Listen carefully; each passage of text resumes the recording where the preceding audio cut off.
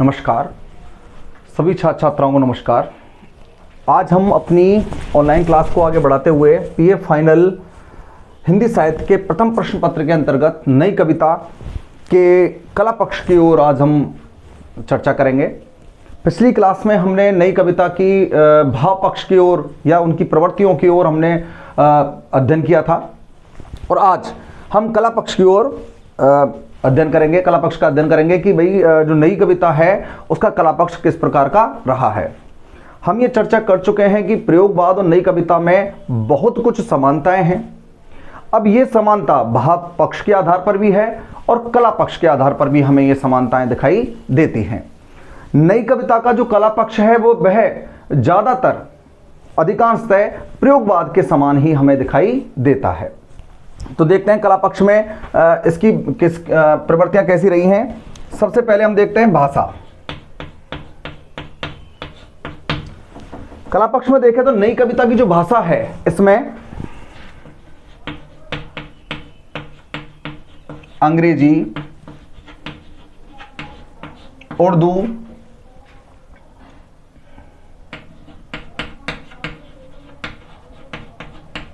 लोक भाषा या जनभाषा, हिंदी,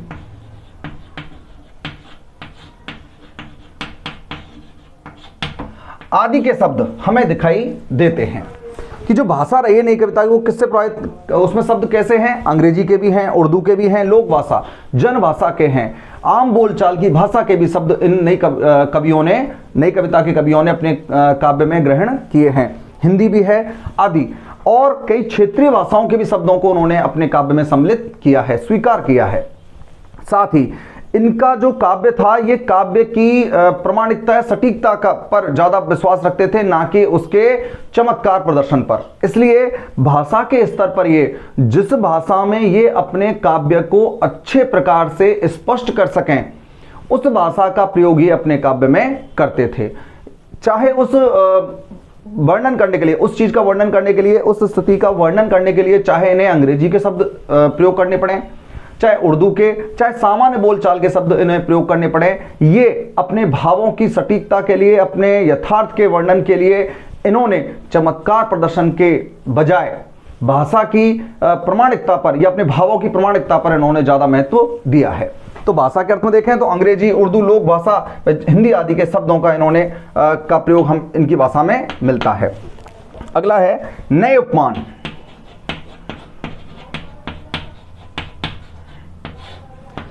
उपमान हम इसके बारे में पढ़ चुके हैं प्रयोगवाद में कि प्रयोगवाद की विशेषता क्या थी, नए उपमान, नए प्रतीक और नए बिंब, नई शैली। तो यही विशेषता किसकी है, नई कविता के कला पक्ष में। इनके उपमान भी कैसे हैं, नए हैं, जो किसके समान हैं, प्रयोगवाद के ही समान हमें दिखाई देते हैं। जैसे देखिए नए उपमान में हम देखें तो हमने पढ़ी थी शाप, तुम, सभ्य तो नहीं हुए। देखिए शाप, तुम, सभ्य तो, उपमान किसका, शाप। ये कुछ ऐसे शब्दों का ये प्रयोग करते हैं प्रयोगवाद और नई कविता के जो कवि हैं, जो उपमानों में परंपरा से चले आ रहे उपमानों के बजाय इन्होंने आधुनिक परिवेश परिदृश्य के आधार पर इन्होंने जो प्रचलित जो वस्तुएं हैं उनको इन्होंने उपमान के रूप में ग्रहण किया है। अब हम कह सकते हैं प्यार का बल्ब फ्यूज हो गया। अब इस प्रकार ये जो पंक्तियां जो प्रयोग करते हैं ये सामान्य अपने यथार्थ जगत की पंक्तियां हैं, यथार्थ जगत का के शब्द हैं जिनको ये उपमान के रूप में प्रयुक्त करते हैं। तो यहां पर हमें क्या मिलता है, नए उपमान मिलते हैं। नए प्रतीक, प्रतीकों का प्रयोग कैसा किया है, नया किया है। भोर का बावरा अहेरी।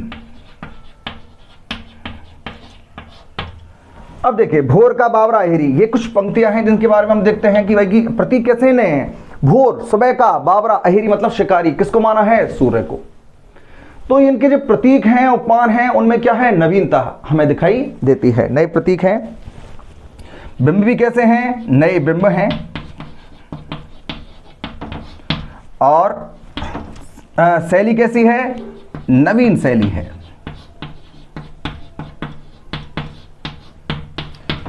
शैली, नवीन शैली में क्या है इनके में? गद्यात्मकता है।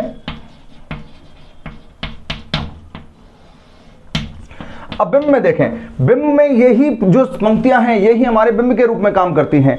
अब बिंब क्या होता है इसके बारे में हमारे कोर्स में एक निश्चित हमें इनकी परिभाषा और इनके बारे में विस्तार पूर्वक हमें अध्ययन दिया गया है, जिसके बारे में हम अपनी जब इनका अध्ययन करेंगे तब आपको समझाएंगे कि बिंब और प्रतीक, फैंटेसी आदि ये क्या होते हैं। तो बिंब का है कि भाई जो किसी चीज को समझाने के लिए जब ये अदृश्य किसी चीज को लेते हैं, अमूर्त किसी चीज को लेते हैं तो बिंब के रूप में कार्य करती है। तो बिंब भी इनके कैसे हैं? नए हैं। साथ ही शैली कैसी है? नवीन शैली है। जैसे कि प्रयोगवाद में हमने देखा था कि प्रयोगवादी कविता में शैली की नवीनता हमें क्या दिखाई देती है? गद्यात्मकता की 6-6, 7-7 पंक्तियों की एक कविता है। कविता में जो पहला रुकाव कहाँ आता है? 7-7, 8-8, 10-10 पंक्तियों में आता है। तो एक तरह से कहीं ना कहीं कविता में हमें क्या दिखाई देती है? गद्यात्मकता दिखाई देती है। लय युक्त कविता नहीं है। क्या है? मुक्त छंद है। क्या है इनका? मुक्त छंद है। छंद के रूप में ये कैसा काम करते हैं? मुक्त छंद को इन्होंने ज्यादा महत्व दिया है। और मुक्त छंद ही हमें कहां दिखाई देता है? प्रयोगवाद में दिखाई देता है। तो कला पक्ष के तौर पर देखें तो नई कविता और प्रयोगवाद में हमें ज्यादा अंतर दिखाई नहीं देता है। अब ये कला पक्ष का हुआ, भाषा हो गई, नए उपमान हो गए, नए प्रतीक हो गए, बिंब, शैली आदि का नवीनीकरण हो गया। अब हम देखें तो अब हमारे सामने आता है कि नई कविता प्रयोगवाद से जुड़े हुए हमारे प्रमुख कवि कौन कौन से हैं, उनका अध्ययन अब हमें आरंभ करना है कि नई कविता प्रयोगवाद से जुड़े हुए प्रमुख कवि कौन कौन से रहे हैं और उनकी रचनाएं कैसी रही हैं। देखिए, ये इनका कला पक्ष था, सामान्य जानकारी जिनके बारे में हम विस्तार रूप से हमने प्रयोगवाद में हम पढ़ चुके हैं। तो ये प्रयोगवाद और नई कविता का कला पक्ष में ज़्यादा हमें अंतर नहीं दिखाई देता, लगभग उनमें बहुत ज़्यादा समानता हमें दिखाई देती है। तो इनका कला पक्ष था।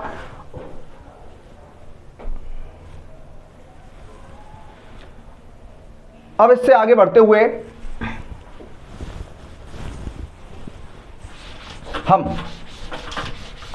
एक हमारा इसके मध्य प्रयोगवाद और नई कविता के मध्य एक प्रश्न आता है हमारे सामने, पाठ्यक्रम में हमें आ सकता है प्रश्न, हमें सिलेबस में ये जो युग है इसका ज़्यादा इतना गहन वर्णन नहीं है, लेकिन ये हमें हमारे पाठ्यक्रम में हमें पढ़ना पड़ेगा। तो उसके बारे में हम जानकारी करते हैं। देखिए, एक और युग आता है हमारे बीच में जिसका नाम है प्रपद्यवाद। कब दिखाई देता है? 1956 में।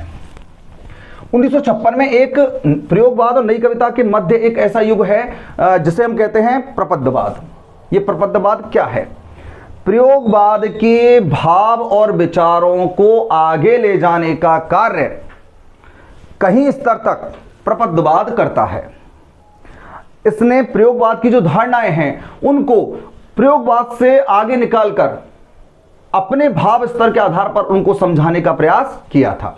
लेकिन 1956 में इसका आरंभ हुआ और यह ज़्यादा चर्चित या ज़्यादा प्रभावशाली यह आंदोलन नहीं रहा। यह काव्य आंदोलन एक सीमित समय के लिए था, सीमित स्थान पर था, सीमित वर्ण विषय को लेकर था, इसलिए यह ज़्यादा प्रभावी नहीं बन सका। तो प्रपद्यवाद आरंभ कब हुआ है? 1956 में। अब देखते हैं प्रपद्यवाद का आरंभ 1956 में होता है। इसका प्रवर्तन जो है वह 1956 में हमें दिखाई देता है। अब यह आरंभ किसने किया था? इसका नाम क्या है? इसका दूसरा नाम है नकेनवाद। प्रपद्यवाद का दूसरा नाम क्या है? नकेनवाद है। नकेनवाद क्यों है वो देखते हैं। इसको आरंभ करने वाले 3 व्यक्ति थे। नलिन बिलोचन, दूसरा है केसरी कुमार और तीसरे हैं नरेश मेहता। तो 3 व्यक्तियों ने क्या आरंभ किया? नकेनवाद या प्रपद्यवाद का आरंभ किसने किया? 3 व्यक्तियों ने किया, 3 कवियों ने किया। और इसका नाम नकेनवाद क्यों पड़ा? क्योंकि इन कवियों का जो प्रथम अक्षर है उसको लेकर ने, के और ने, के और ने, इनका प्रथम अक्षर को मिलाकर इसका नाम क्या रख दिया गया? प्रपद्धवाद का नाम क्या रख दिया गया? नकेनवाद। तो प्रपद्धवाद को हम किस नाम से जानते हैं? नकेनवाद के नाम से भी जानते हैं, जिसका आरंभ कब होता है? 1956 में इसका प्रवर्तन होता है। किसके द्वारा होता है? नलिन विलोचन, केसरी कुमार और नरेश मेहता, ये 3 कवि थे जिन्होंने इस काव्य आंदोलन को आरंभ किया था।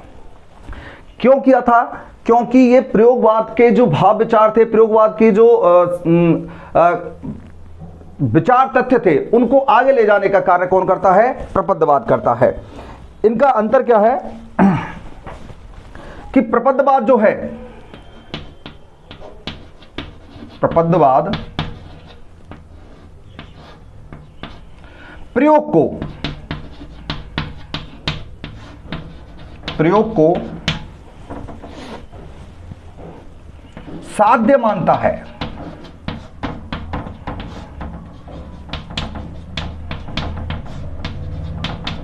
साध्य मानता है। और प्रयोगवाद क्या मानता है? प्रयोगवाद प्रयोग को साधन मानता है।